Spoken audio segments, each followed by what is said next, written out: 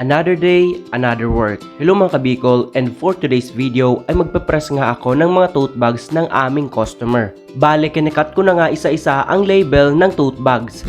Ang tawag nga sa print na to ay sublimation print. Bale, sublimation nga ang gusto ng customer. Bali 100 pieces nga ang kinakat kong label para sa tote bags. Kinat ko nga muna lahat ang mga label ng tote bag para tuloy-tuloy ang pag-press. Maganda nga kasi mga kabikol ang sublimation print kasi hindi na siya maaalis sa ating mga tote bags. At kung mapapansin nyo nga mga kabikol, matagal nga ako mag-cut kasi yung iba piniprint pa lang. At habang piniprint pa nga yung iba, kinakat ko na nga yung mga tapos ng iprint. At ito nga mga kabikol ang gagamitin kong machine para sa pag-press ng ating mga tote bags. Bale, ganito nga kalalaki ang tote bags na piprinta natin. Bale, ang tote bag nga na ito ay galing nga sa customer at nagpatatak nga lang sila. Natapos ko na ngang ikat ang mga label para sa ating mga tote bags. Ito nga ang ginagawa ko sa tuwing nagpe-press ako ng tote bag. Nilalagyan ko nga ito ng palaman sa ilalim para pantay ang ating pag-press at hindi masira. At yan nga, ang ginagawa ko nga ay pinaplansya ko nga muna ang ating tote bag at saka ilalagay ko na nga dyan ang ating label. Masisira nga mga kabikol ang ating print dyan kung hindi natin ipaplansya muna bago ilagay ang ating label. So ang ginagawa ko nga ngayon mga kabikol ay pinapantay ko nga ang ating label para pag na-print siya dyan ay pantay na pantay siya. Sinet ko nga ang machine na ito sa 50 seconds para mas maging maganda ang ating pagka-print. So bali ito na nga ang kinalabasan niya mga kabikol. At kung mapapansin nyo nga, may tao nga sa likod ko, nagpapagawa nga sila ng Sintra board para sa kanilang kasal. Thank you so much for choosing our store, sir and ma'am. Patuloy nga lang ako sa pagpipress mga kabikol kasi nga medyo marami-rami nga ang ipipress kong ito. At ayan nga mga kabikol, paulit-ulit nga lang ang ginagawa ko dyan.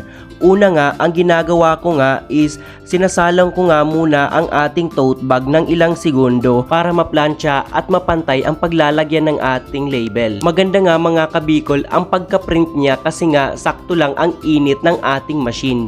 Sakto nga ang pagkakaluto niya at hindi siya overcook. Mapapansin din natin dyan mga kabikol kung iba ang set o sobra ang set ng ating machine kasi nga ang ating tote bag ay maninilaw. At habang nagpe-press nga ako mga kabikol, nilagay ko na nga ulit yung mga tote bag sa dati niyang plastic. Bali nga mga kabikol, provided nga ng customer ang mga tote bags na ito. Ang binayaran niya nga lang ay ang print. May mga available tote bags nga dito sa aming store mga kabikol. Gumagawa nga rin kami ng tote bag with print. At ayan na nga ang mga na-press ko mga kabikol.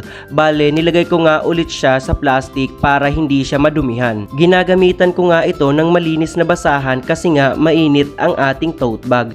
At pagkatapos ko nga mga kabikol mag-press, gagawin ko na nga ang Sintra board na order ni Ma'am Sir para sa kanilang kasal. Bale, ang ginagawa ko nga mga kabikol ay nililinisan ko muna ang ating Sintra board. Pinupunasan ko nga ito ng may alcohol para malinis na malinis siya bago ibigay sa customer. Bali dito nga mga kabikol ay dinidikit ko na nga ang ating Sintra board. Ang tawag nga dito ay vinyl sticker nga ang gamit namin dito mga kabikol. Mabilis nga lang itong idikit sa Sintra board. Ang kinagandahan nga sa vinyl sticker mga kabikol ay napakakapit niya pag nakadikit. At ayan nga ang picture ni Ma'am Sir na nagpagawa kanina. Bali congratulations nga sa inyong kasal Ma'am Sir. Bale, dito nga mga kabikol ay nadikit ko na nga ang vinyl sticker sa ating Sintra board.